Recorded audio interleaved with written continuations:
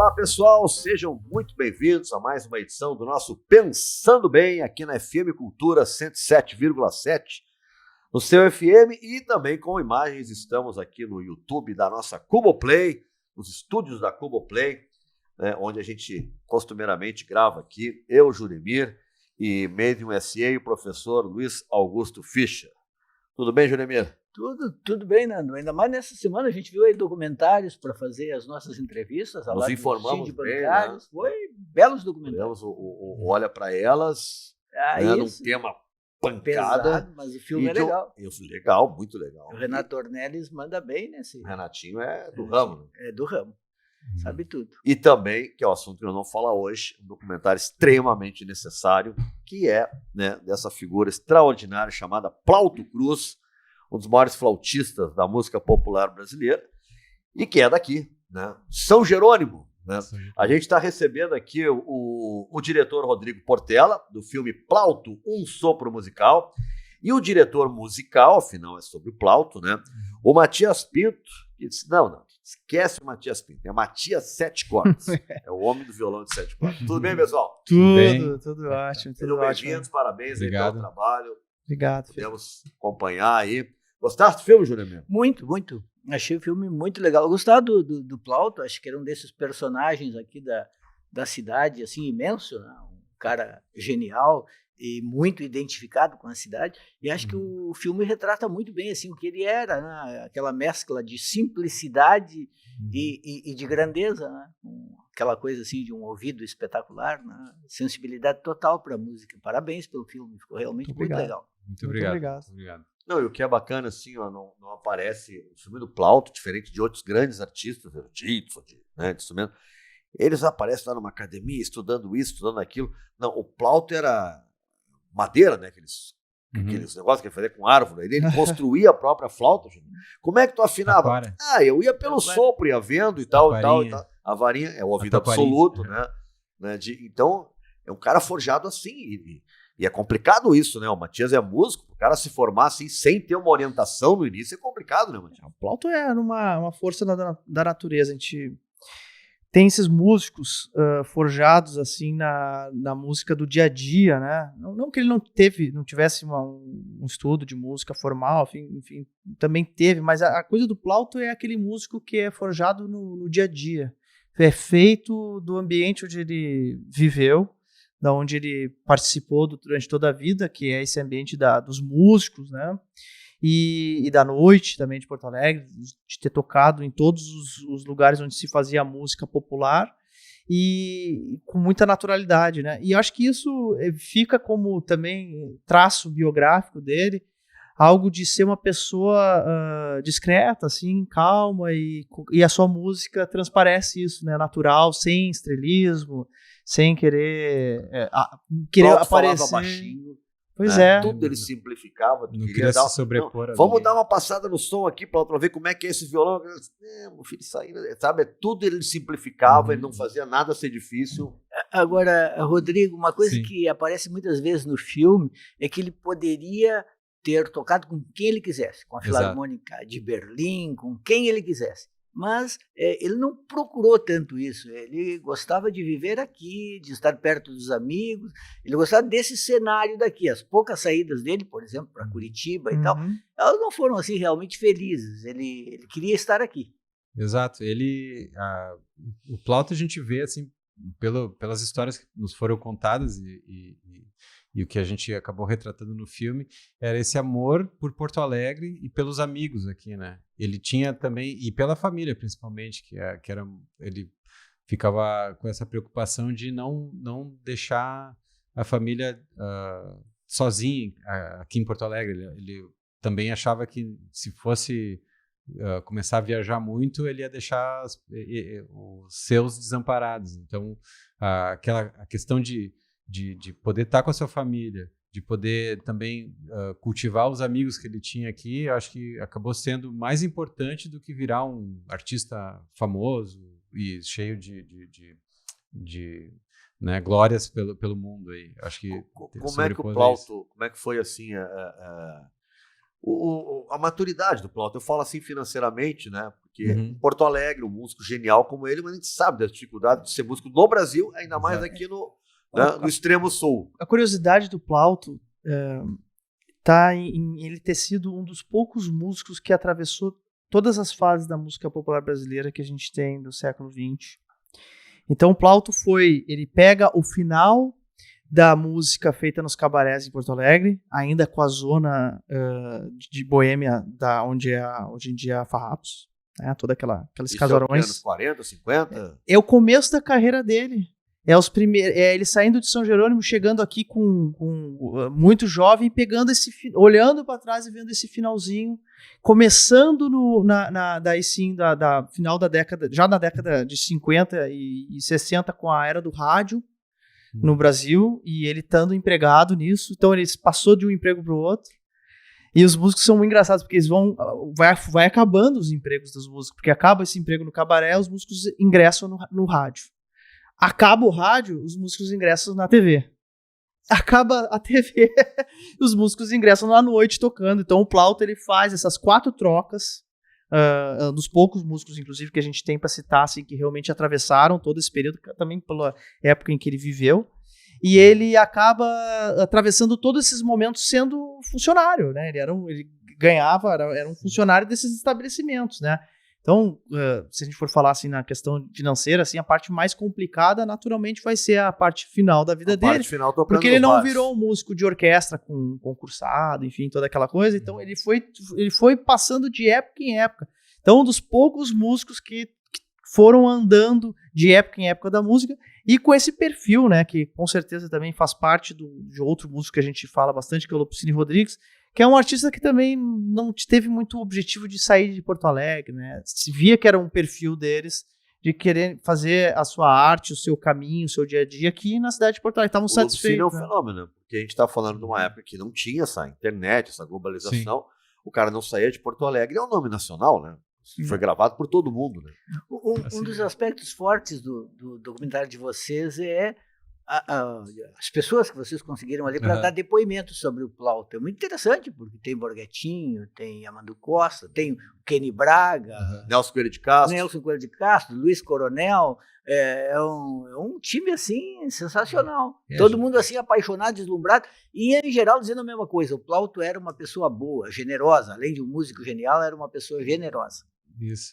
A gente vê assim o carinho e o amor que todos têm por ele, né? O Plauto, por onde passou, ele deixou amigos, deixou as pessoas felizes de estar na companhia dele, e a gente vê assim essa admiração que as pessoas têm por ele, tá muito no que era essa pessoa boa mesmo, essa pessoa assim que se tivesse que eu tô precisando, vai ter uma festa, surgiu um compromisso hoje à noite, tu tem como me ajudar, Plauto? Ele largava tudo que ele estivesse fazendo, assim, e dava um jeito de ajudar o amigo.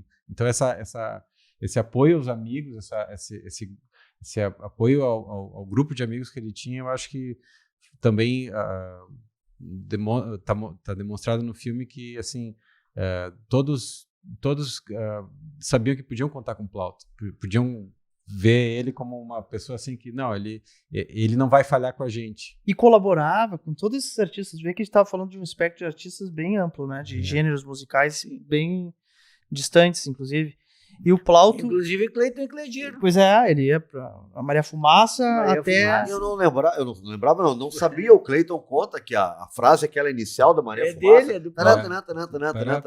Aquela ali, é do Plauto, que ele criou aquilo ali. E a colaboração dele é interessante. Primeiro porque ela vai de vários gêneros musicais, e algo que eu insisto no filme, que ele mantém todas essas colaborações musicais uma linguagem, um idioma, que é o idioma do Plauto, que é o idioma do choro. Sim, isso é curioso, porque os músicos, como ele, com o talento dele, poderiam ter experimentado diversos idiomas. Tinha talento e tinha técnica à disposição para se ele quisesse navegar pelos gêneros musicais que ele quisesse. Mas o Plauto é conhecido, e quem ouvir a flauta dele em 1 segundo detecta. Este cara é um cara do choro.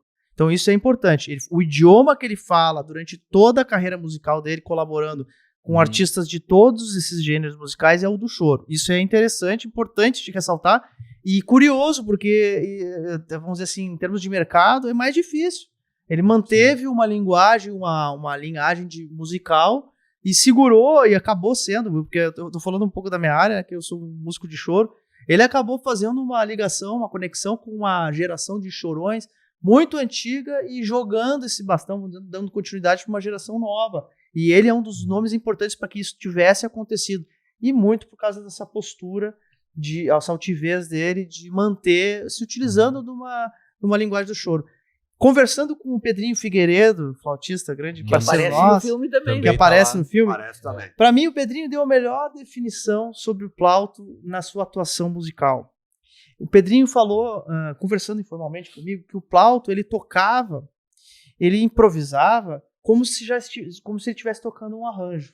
Para quem não entende muito isso, ele improvisava na hora como se ele já estivesse lendo um arranjo da Parecia que música. estava escrito já aquilo. Era uma coisa simples, uma coisa musical e organizada, sem estrelismo, ou seja, ele conseguia improvisar como se já tivesse sido arranjado antes. Isso é muito difícil e resume muito o que ele fazia. Tem uma anedota ali que aparece no filme até interessante. O Né? Cebolinha, Na hora ele não estava preocupado assim, como é que a gente vai fazer? Exato. Mas a minha camisa tá bem. Porque estava resolvido já para ele. A música estava resolvida. Para ele, Exato. já era ponto... Para nós, é dificuldade de humanos, né? Para ele já estava... Ô, Rodrigo, Pra ela era ponto certo para ele. como é que foi assim, o início de tudo? Né? Vocês têm a sacada de fazer o Plauto, o trabalho de pesquisa, a infância lá em São Jerônimo. Como é que foi esse trabalho de A vocês? gente teve... Bom, o Carlos Peralta, da Guarujá Filmes, ele tem a produtora Guarujá, já tinha feito alguns filmes, documentários musicais. E um dos documentários que ele fez, ele acabou chamando o Plauto, na época, para tocar. E aí ele viu a admiração de todos os músicos e toda a equipe para com o Plauto.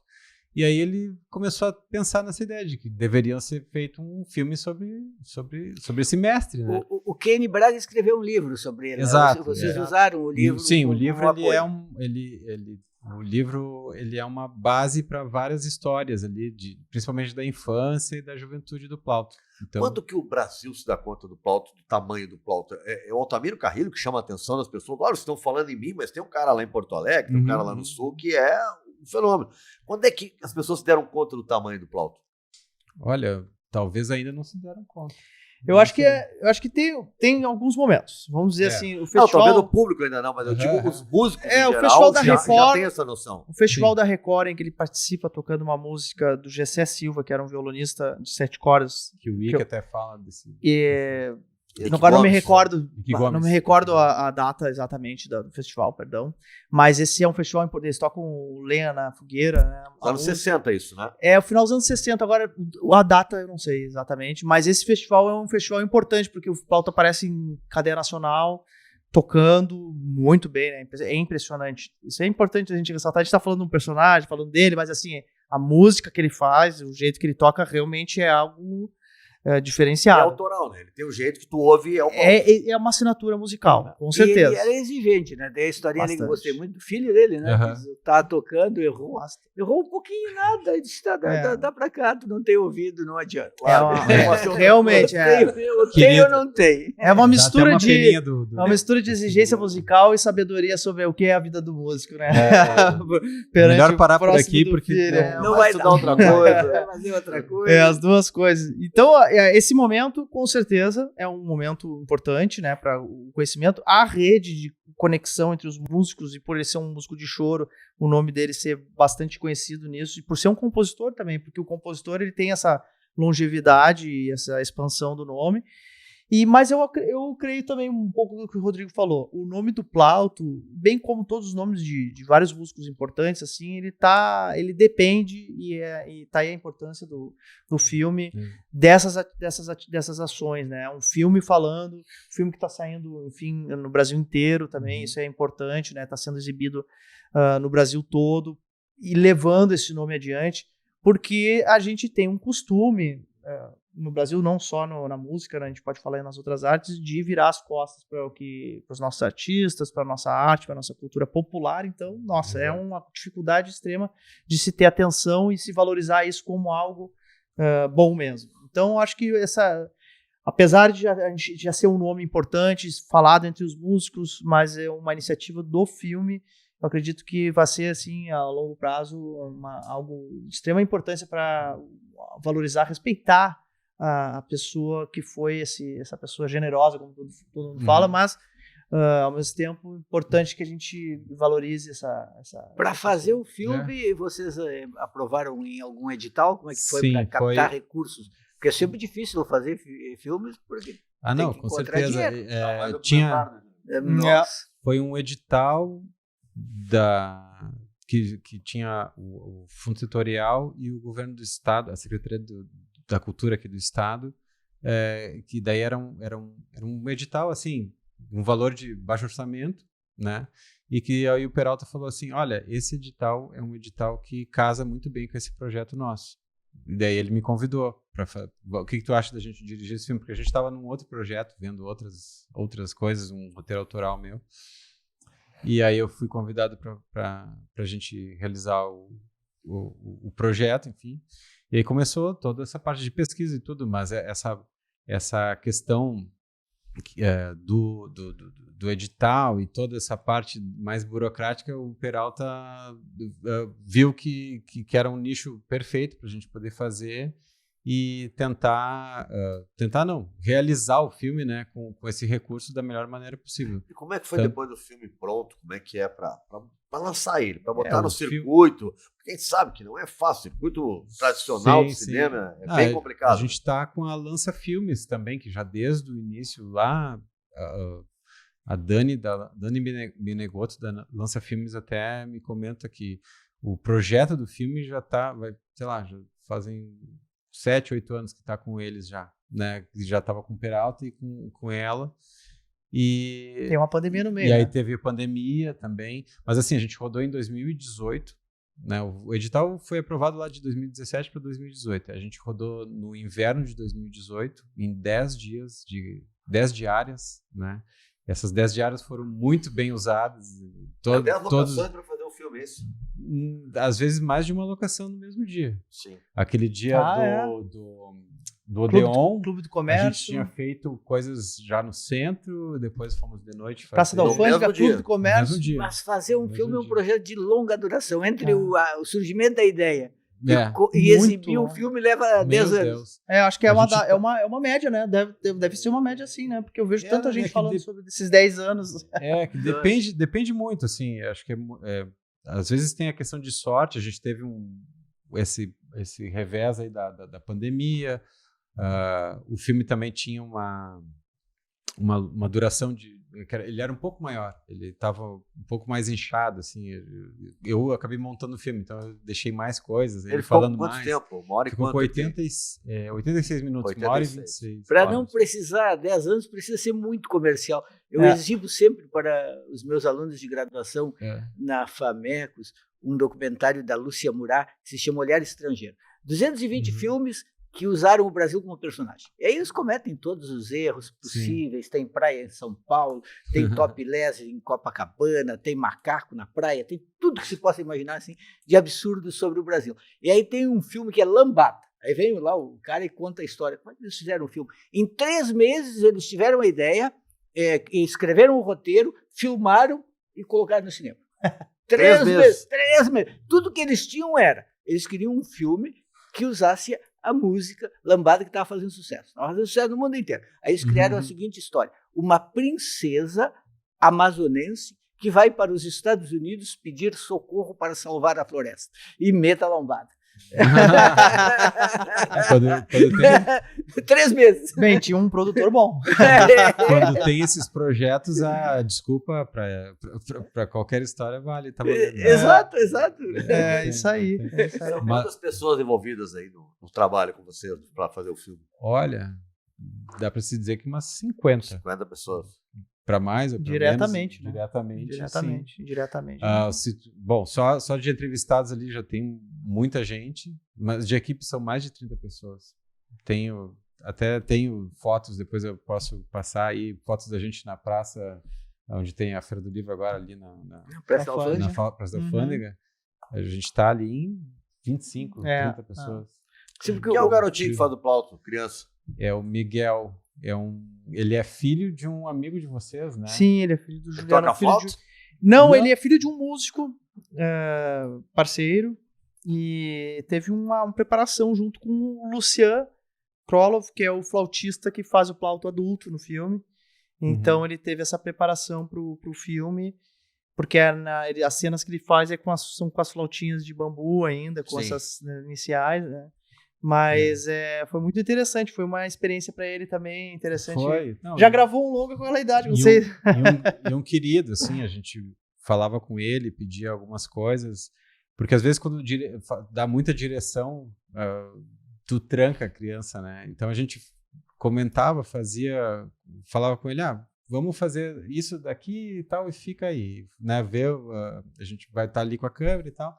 E aí mas um pedacinho de cada vez ele foi embora, foi curtindo fazer. Como é que vocês Mas nunca tinha classificam feito nada. ou não classificam o filme de vocês? Porque ele é um documentário, mas ao mesmo tempo ele tem docudrama. É um docudrama. É isso, docudrama. é um docudrama. Tem uma dramatização ali, atores que representam... Hoje mesmo eu estava ouvindo um vídeo dos críticos americanos falando de 32 histórias de Elliot Gould, uma coisa assim, que é um filme bem, bem interessante dos anos 90 e que daí falando que era um docudrama também e era uma coisa assim que eu achei interessante porque eu acho que casa com o nosso filme também, que é assim, tu não precisa para fazer um documentário de uma pessoa mostrar início, meio e fim, tu pode, né, ir pincelando e fazendo essa mistura e deixando interessante, né, para quem tá vendo. Daqui a pouco tu não tem uma imagem do Plauto Guri tocando, mas tu tem um Não personagem. A gente só tinha o do livro ali, que Claro. é todo... E no caso de vocês, o fim da vida do Plauto não é realmente focalizado, assim, não é central. Uma das coisas que até... O acidente que ele teve. Sim. A gente até, no Festival de Gramado, quando o filme passou em 2019, esse trecho ele existia. Ele existia. Porque existe uma conversa lá do Paulinho Figueiredo, do pessoal, falando dessa parte aí também. Tinha até uma cena dele com a enfermeira, que eles cantavam juntos. Só que a gente foi vendo, e principalmente isso é muito crédito para Dani, da Lança Filmes. Ela falando assim, mas Rodrigo, o filme tem que ser alegre.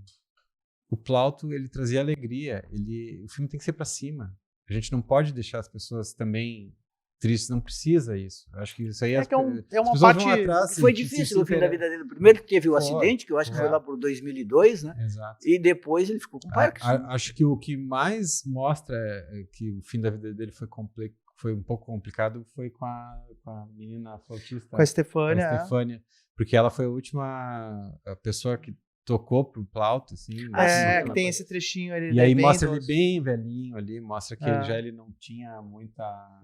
Não conseguia mais tocar, né? Então imagina pra ele, assim... Essa menina toca profissionalmente? Toca muito bem. Ela também é de São Jerônimo. Maravilhoso. Ela tem uma história parecida com a dele, é um paralelo, assim, com ele, e ele inspirou bastante, né, a trajetória dela também. Isso tem muito sentimento o toque dela, achei muito legal. Sim. Uma inspiração dela é o próprio Plauto, né, e sobre essa fase da vida, assim, era algo, acho que até interessante de comentar. Eu conheci o Plauto também já bastante idoso, assim, nessa fase, mas ainda tocava um pouco. E ele tinha uma característica, assim, que bastante faz sentido a carreira dele.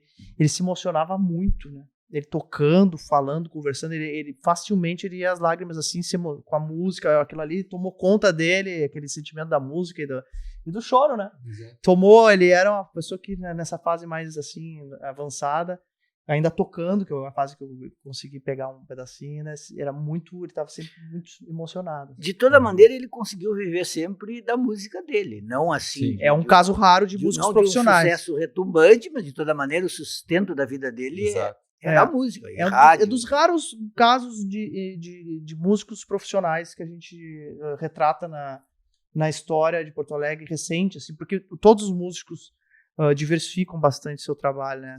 Tornam-se professores, tornam-se... Como os Enfim, escritores. É, A maioria arranjou outro diversos, né? aquela Empresários. coisa, tem que se São virar. poucos os Tem que que se se virar. continuam É. sendo músicos profissionais, que trabalham apenas com palco, enfim. O Plauto praticamente, né? A gente vê a carreira dele basicamente de estúdio, de palco. Então ele é um exemplo bem... O Plauto lançou quantos discos dele? Olha, exatamente eu não sei, mas o Choro é Livre, que é o disco primeiro. mais, assim, é o disco dele, assim, de carreira que a gente conhece, referência, com certeza. Depois tem um com o João Pernambuco também, tem um com o Barros, Mário Barros. Esses três... Tem um só de clássicos também, não tem? Daí Esse você já... Eu não sei, é uma resposta que eu não tenho assim na ponta da língua, mas acho que são em torno desses discos assim e muitas participações, né? Sim. Muitas participações, inclusive o Marcelo Campos, jornalista Marcelo Campos, esses tempos me chegou com uns arquivos ainda que não existem lançados, que é uma gravação com o Lupicínio e Regional, que ainda está inédita, de um disco inteiro com o Plauto tocando. Há uma gravação, uma dessas gravações ainda que ainda vão vir à tona assim, bastante, né? É uma gravação inédita muito importante. Tem muita coisa do Plauto que a gente não conhece, ou não sabe que foi ele que tocou. Sim. Muita Se o coisa. filme fizer com que vários arquivos do Plauto voltem isso vai acontecer. ou apareçam, né? Isso vai acontecer com o tempo, porque ele tem uma assinatura, a gente sabe quando é ele. Isso é fácil de... E chamar a atenção também para gurizada nova, que é, né, a nova geração, mostrar para essa geração de músicos novos, até do público, que existiu um gênio aqui no Rio Grande do Sul que poucos, assim, fora os músicos mesmo, que são já letrados no assunto, pouca gente conhece. Né? Pouca gente Estão conhece. fazendo algum circuito de debates, assim, levando o filme para alguns lugares, ou é só em cinemas mesmo? Por enquanto vai ser, assim, agora, amanhã, o filme volta em cartaz aqui em Porto Alegre. Ele vai estar a partir do dia 9 ao dia 15, ele vai estar ali 9 a 15 de novembro. De novembro aqui no Capitólio, né? E vão ter... Demetrio Ribeiro ali com a Borges, tá bem legal o Capitólio, bem bonito ali. Bem lindo. Aqui na casa da minha mãe, tá lindo ali. Até no sábado... Café bacana ali. É verdade. Legal, no sábado o Matias vai fazer até uma sessão, 6h30, eu acho. Matias, ele vai fazer uma sessão que também ele vai dar um breve histórico do choro e vai ter a sessão do vai filme. tocar um violão 7 cordas lá também ou não? Vamos fazer o que for necessário para defender esse nome. Sim. No dia 15, que é o dia de nascimento do Plauto, 15 de novembro agora, o filme vai ser passado em São Jerônimo. E tem como negociar, tem negociações para tentar colocar, sim, por exemplo, na TV Brasil ou nessas grandes plataformas de streaming. Sim, isso Netflix, aí é o vida, próximo claro. passo. É que agora tá na janela cinema, né? Tá na janela cinema, Tá na claro, janela cinema claro. por enquanto, mas ele vai certamente Eu não sei se vocês entrar em têm algum que é streaming. um grande documento sobre a vida do Plauto. Com certeza. Né? Não, e a Lança, eles estão já bem preocupados, assim, já querendo agendar, mas para vocês terem ideia, essa semana agora é uma semana especial, porque do dia 9 ao dia 15 ele vai entrar em Fortaleza, que ele está inédito em Fortaleza.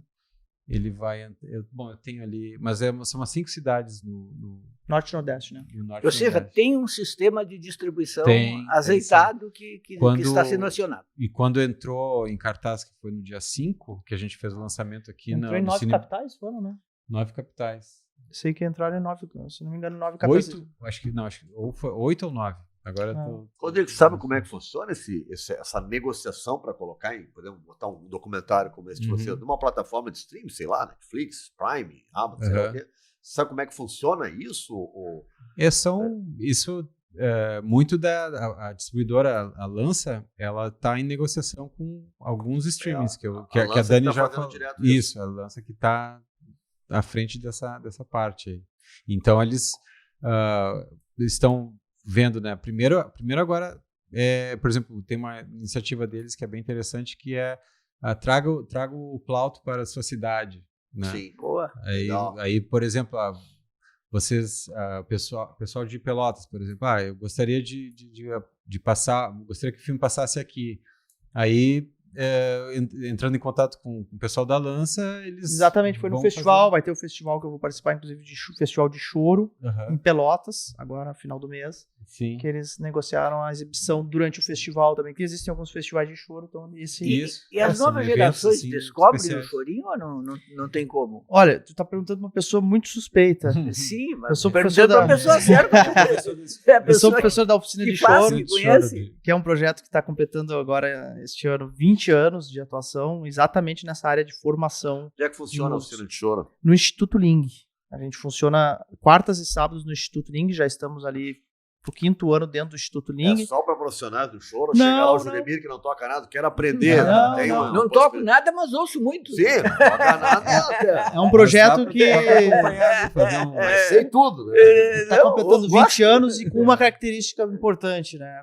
Nesses 20 anos sempre com a porta aberta para músicos, para ouvintes, formação de público bastante importante, né? O nosso contexto de dificuldade de ouvir, né? A gente não, é difícil a gente gostar de algo que a gente não conhece. Então, formação de público e músicos pode se participar como ouvinte, pode se participar como músico, tem atividades de formação instrumental, então em alguns instrumentos.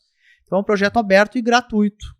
Né, dentro do Instituto Ling. Isso é no sábado, né? Quartas e sábados no Instituto Ling. A gente está também, para quem quiser conhecer, @oficina de choro. Mas respondendo a pergunta na questão das novas gerações, sim, a gente tem um grande número de jovens que tem esse interesse, não só especificamente no choro, mas em cultura popular brasileira e música popular brasileira.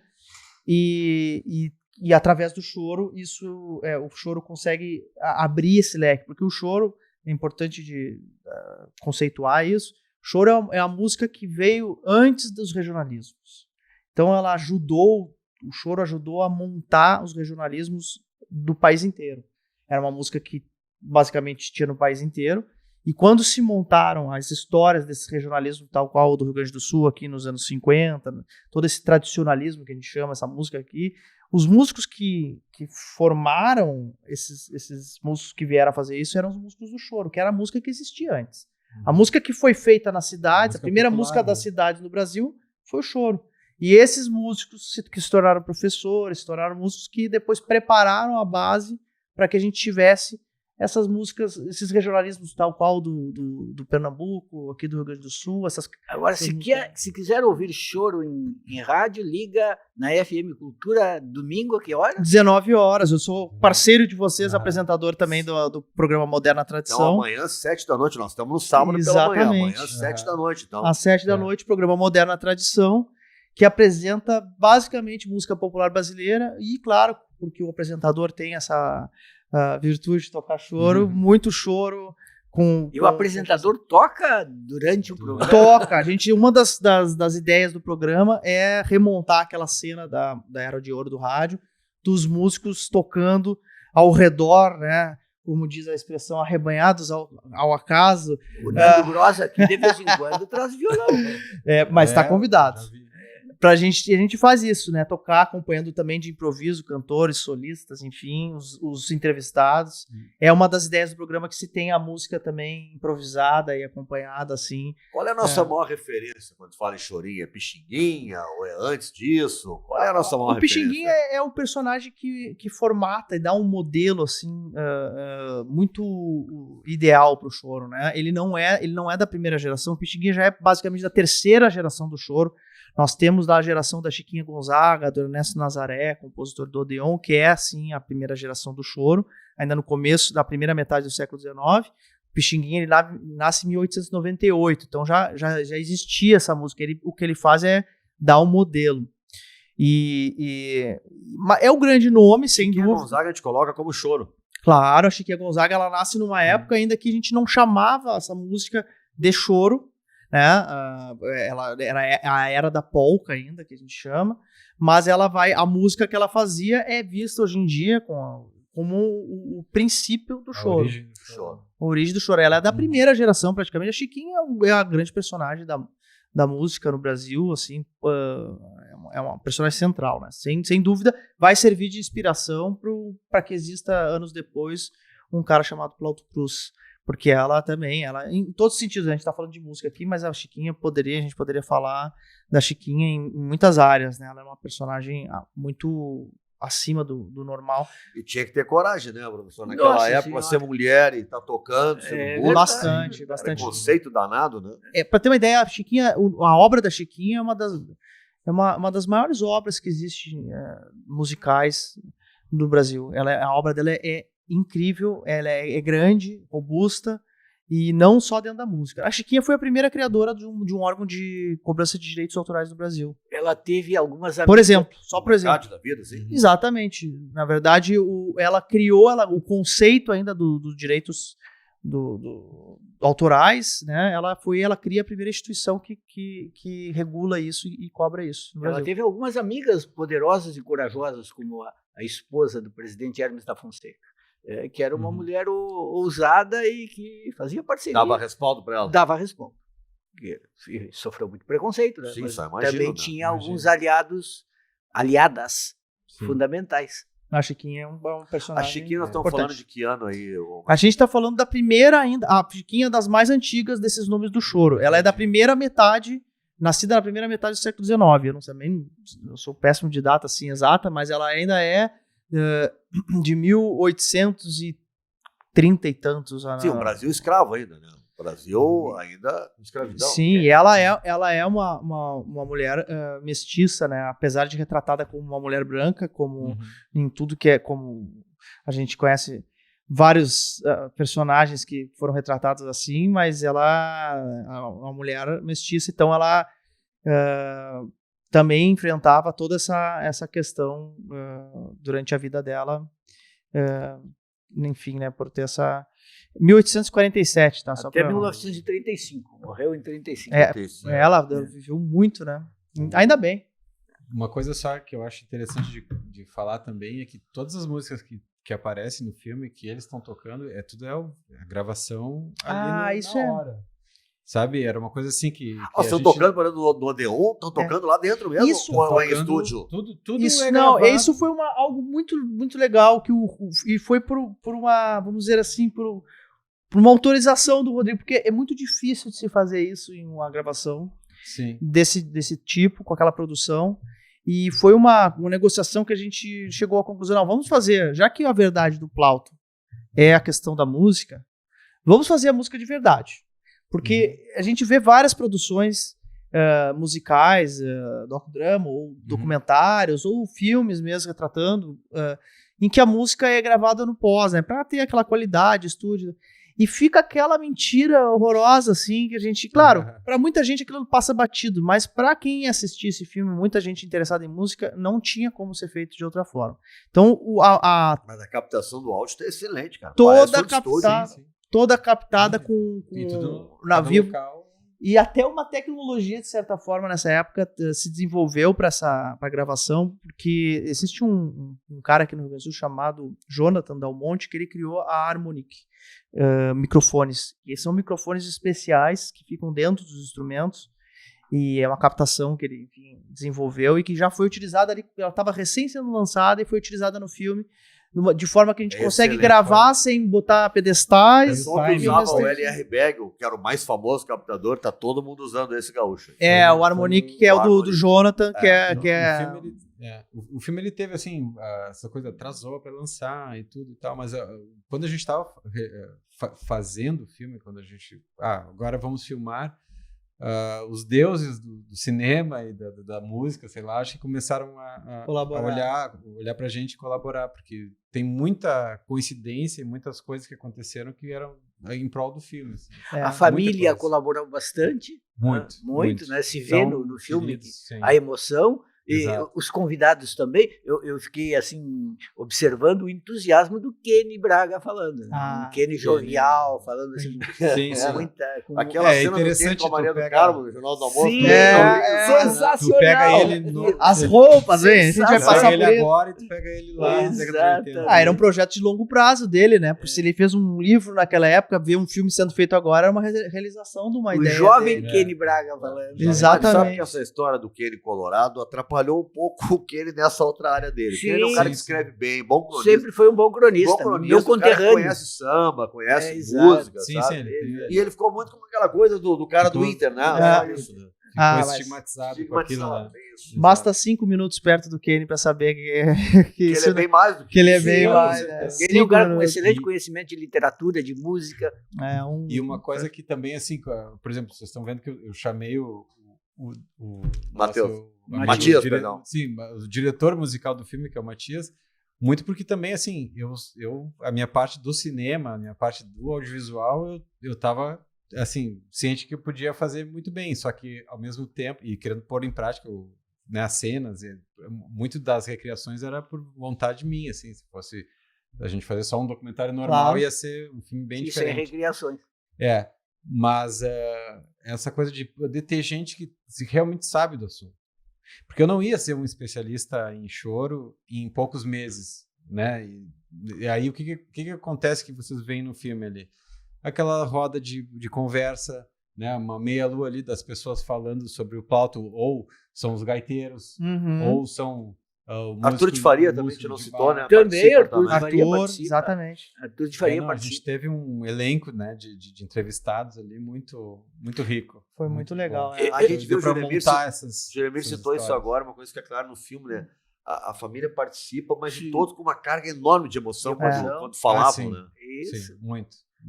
Ele tá muito presente ali. E também não fazia muito tempo que o Plauto tinha partido também. Isso traz um... Onde eles estavam ali? Um Na quê de casa emoção, deles? né? Fazer Era onde o um Plauto ano. morava? Era na casa Ali. no bairro Cristal, ali na Espírito Santo. Não, é no bairro Camacuã. Camacuã, Bairro- desculpa. bairro Bairro Camacuã. Camacuã. Aliás, 3 quadras dos meus pais. Ele já Só foi na vizinho sua do ali. Plauto, você não sabia. A Zona Camacuã, Sul. Cavalhada, Tristeza, tudo Exato. pertinho. A Zona Sul. Eu descobri o Plauto quando eu trabalhava na Zero Hora. Eu fiz uma reportagem longa para um caderno de domingo sobre o Alto da Bronze. E aí tem o castelinho do Alto da Bronze, e aí começou uma história, porque acabei escrevendo um livro que uma mulher me ligou, a dona Nilza Link, que morreu com quase 100 anos, disse, não, aquele castelo foi construído para mim. Não. Aí ela me contou a história.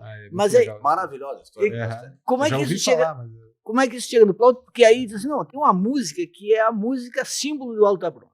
E é uma música do Paulo Coelho e do Plauto Cruz. Aí eu fui entrevistar o Plauto sobre isso, fui procurar o Plauto, aí fui ouvir o Plauto. Eu sou uma pessoa extraordinária. O Coelho não é o alquimista, né? Não é o alquimista. Vamos deixar claro isso. O É um Matias conhece super bem. personagem da música popular aqui, um pianista, assim, é um nome-chave da música popular de Porto Alegre. Importante mesmo, ele é um cara que era centralizador, assim, ele gravou muita coisa, foi um personagem importante. Bem, eu vi e soube muitas dessas histórias pelo Marcelo Campos, que é um estudioso. Marcelo Campos é um pesquisador. O cara que pelo menos eu vi a referência nessa área de música de Porto Alegre antiga e dessa música popular, e esse pianista Paulo Coelho, assim, era uma figura, ele lembra muito a imagem do Jô Soares, com aquele óculos redondinho, assim, ele é bastante Eu até lembro semelhante. muito do Rudi Asherton, o Asher tocando também, que era um pianista que tocava com todo mundo aqui. O maestro Carlos Garofoli também, que foi uma figura tradicional. Acho que todos eles também tocaram também junto com o Plauto. Agora, que Porto Alegre fantástica é essa desse tempo, né? Plauto Cruz, Lupicínio, muita gente. Essa era do rádio, em que as rádios chegavam a ter centenas de músicos contratados com carteira assinada, e 4, 5 grupos vocais, 4, 5 regionais, uma orquestra de cordas, uma orquestra... Isso fazia uma movimentação muito grande musical, a música se aglutinava e se criavam ali, acelerava a condição tanto do músico quanto da música, né? O Plauto trabalhou na Gaúcha, trabalhou na Difusora, eu acho, trabalhou em 4, 5, né? Essa atuação no rádio, ela tem alguns personagens do Brasil, fica concentrada a história da música, se vê que ali, por isso se chama de Era de Ouro do rádio, Era de Ouro da música popular brasileira, porque o volume de música, de tempo em que o músico trabalhava, era muito grande. Outro dia falando sobre o Garoto, que é o Aníbal Augusto Sardinha, um músico de São Paulo, bastante conhecido como gênio das cordas, que foi o músico que mais trabalhou no rádio na época dele, foi o músico mais bem pago, que mais trabalhava, e ele mantinha um diário comentando o que ele fazia na época dele, no rádio, o que ele gravava, tudo. E desse diário se contou muito boa parte da história da música brasileira. Se trabalhava muito, o dia inteiro gravando e tocando e tirando música. Então a música acelerou a condição da música, a qualidade da música brasileira. A gente sobrevive hoje em dia, o rótulo de música brasileira ser uma música de alto nível, sobrevive basicamente dessa época. Porque essa época em que os músicos conseguiram, que a gente produzia uma música de... Dizer que o sertanejo acabou com tudo? Ele na verdade não acabou. Ele é muito bom no que ele faz. Só que a música se tornou uma área que cobre 1% e o entretenimento cobre 99%. Né? Na verdade, a gente mudou o setor. Eu vi essa semana o tal do prêmio Multishow, cara, música brasileira. Juarez Fonseca parecia que eu estava em outro lugar, eu não consegui reconhecer música brasileira. Sei lá, Juarez Fonseca publicou completamente fora de qualquer propósito. Assim. Publicou no Facebook a lista das mais rodadas nas rádios sertanejo. Nas rádios, tu botar mais rodada, é tudo sertanejo. Essa coisa do público, né? São as vertentes, né? As pessoas vão acabando. Tu vê assim que a moda mas há uma imposição, não é imposição, mas não é só o público. Hoje tu vê assim, eu tô falando do prêmio Multishow, tu vai ver o modelo de música que roda ali, tá bem estabelecido, para rodar aqui vai ser assim. Então, hoje os programas, por exemplo, para a Rede Globo, que tem uma grande abrangência, cara, eu vi assim, um programa que é o Criança Esperança. Eu fico pensando, mas onde é que eles descobrem tanta gente ruim no Brasil para cantar? Porque é uma coisa impressionante. E aí tu vê assim, dá um panorama da música brasileira. Hoje, a música popular brasileira, que a gente chamava uma outra época, ela tem uma outra cara. A música popular brasileira são duplas sertanejas hoje. E a geração está se despedindo. Eu quero achar que não, mas é o que acontece. Surge muito televisão. No TikTok, no Instagram, YouTube, no início mesmo dessa premiação, apareceram pessoas ali que eu não reconheci também. Eu não reconheci. E aí eu não fui atrás, mas se tu for ver assim a origem disso, é porque viralizou aqui, viralizou ali, aí começou, né, o sucesso, aí chamam para gravar. Eu tô só na esperança que o pessoal se forme logo do sertanejo universitário, saia da faculdade, termine. É verdade. Uma vez da faculdade pra gente se livrar. Daí a importância, a gente tem que ressaltar a importância dessas iniciativas de incentivo à cultura, que inclusive nós vivemos uma boa época de gente que não sabia nada falando barbaridade sobre isso, da importância dessas iniciativas para que a gente faça uma alternativa cultural, a gente mostre isso, porque estamos falando de choro, né? Não é uma música que visa basicamente o lucro em rádios, ela necessita de financiamento para que a gente consiga colocar isso em palco, consiga colocar isso adiante, grave um filme sobre isso. É a única alternativa que a gente tem de ter o 1%, não acho que não chega a 1%, mas 1% desse tipo de iniciativa cultural em palco é com financiamento através de leis de incentivo à cultura, como a Lei Rouanet, ou a Lei de Incentivo à Cultura aqui do Estado, para que a gente consiga colocar esse tipo de cultura ainda em pé, porque senão, se a gente dependesse basicamente do mercado, Matias, a gente não vai ter nem 1%. Explica aí para os nossos ouvintes essa história das 3 partes do choro. As 3 partes do choro, o choro é uma música que basicamente ela é composta em 3 partes A, B e C. Então o compositor faz as partes distintamente. E ele é uma música que é estruturada, foi durante bastante tempo feito em 3 partes, depois passou a fazer também em 2 partes, mas o choro tradicional, vamos dizer assim, é uma música que tem essa característica de ser feita em parte A, B e C, sendo elas com tonalidades, né, diferentes, na maioria das suas vezes, tendo tom maior, tom menor, alternando entre essas tonalidades.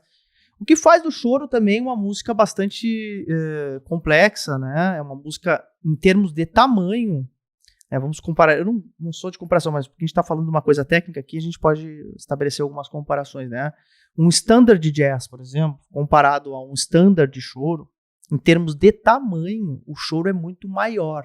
Melhor é cada um faz o que quiser. Claro. Mas em termos de tamanho, o choro é bem maior. É um texto maior, é um livro maior. Aquela vertente do chamado bebop, do jazz, de Charlie Parker, Lester Young, daqueles longos solos que eles faziam, aqueles voos, né, de improviso. Não tem também uma coisa meio que... Não é claro que não é chorinho aquilo, mas Sim. eu digo, mas não tem essa similidade. Assim, Do improviso. chorinho, do O improviso né? é algo que, se a gente for falar em similaridade entre essas músicas, essa é algo que tem bastante em comum.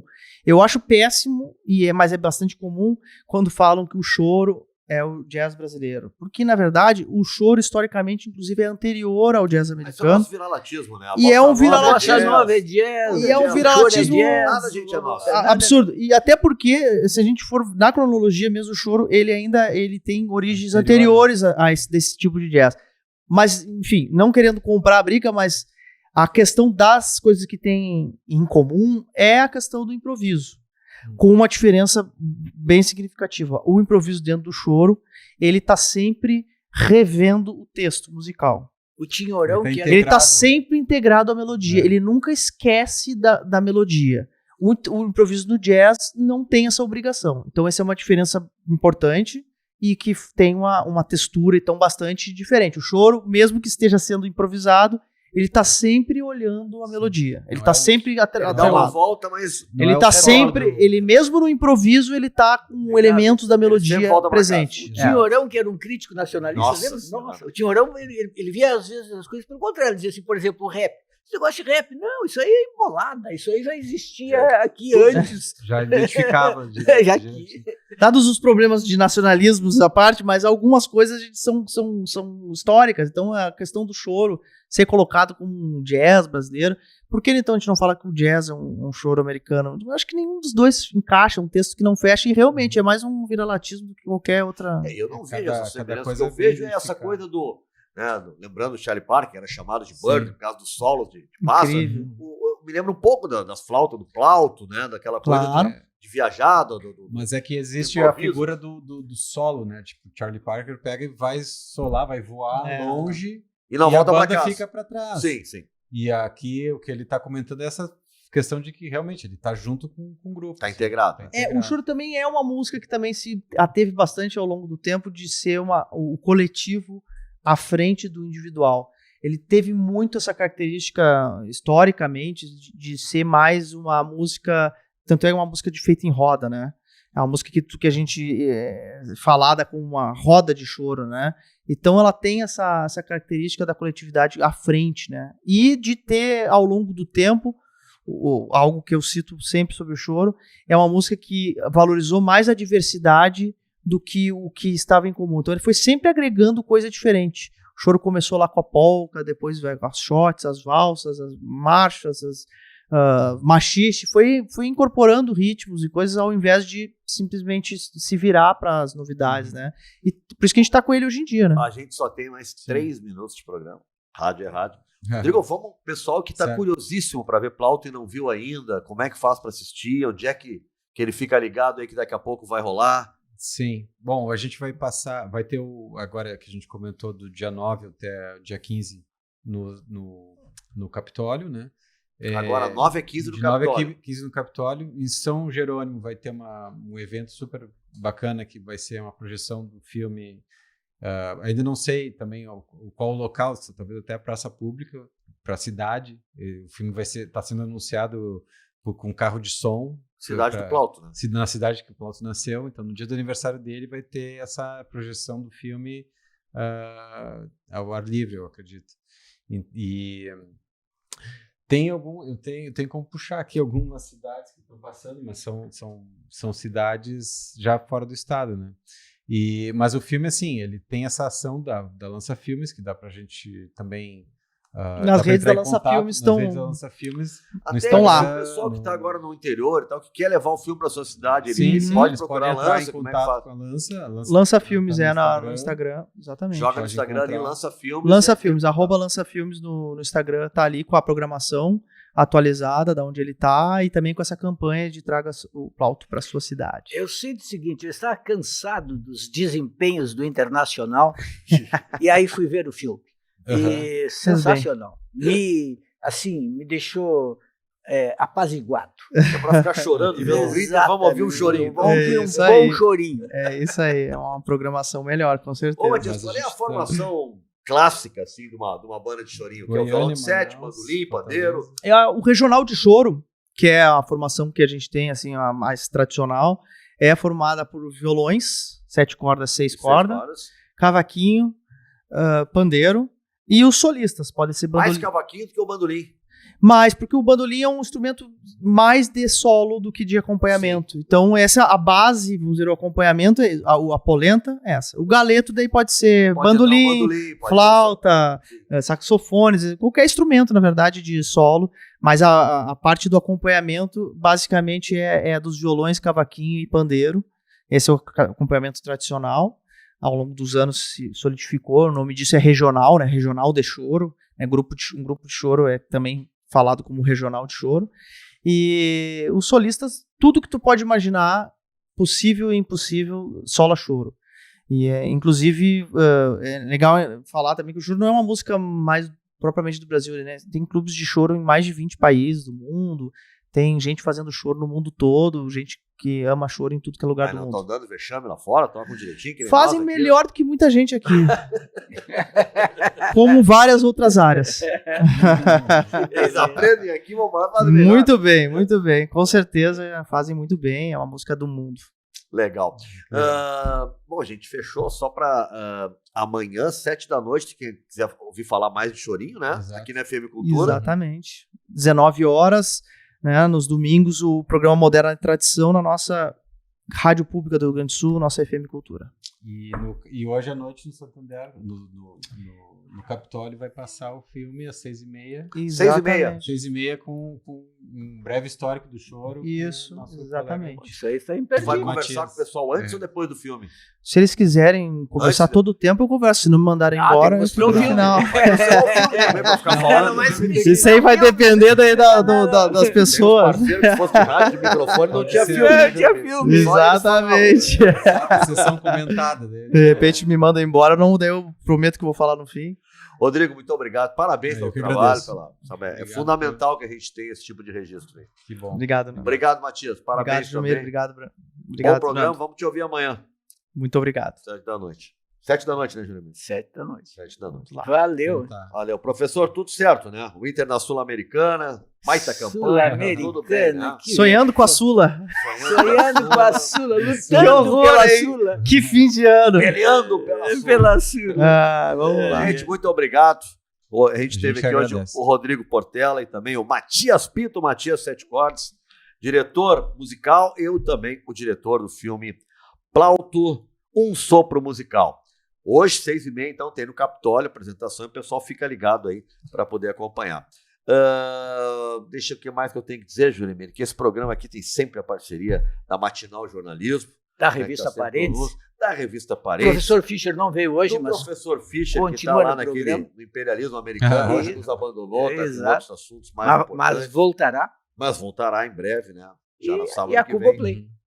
E aqui na Cuboplay a gente faz. Aliás, o programa fica na Cuboplay, aqui no YouTube, tá agora no FM, fica no YouTube da Cuboplay. Sim. E a partir hoje é sábado, amanhã, à meia-noite no domingo, também o programa já fica à disposição no Spotify. Lá tem todos os programas do Pensando Bem no Spotify. Sempre domingo à meia-noite ele entra também no Spotify. Maravilha. Valeu?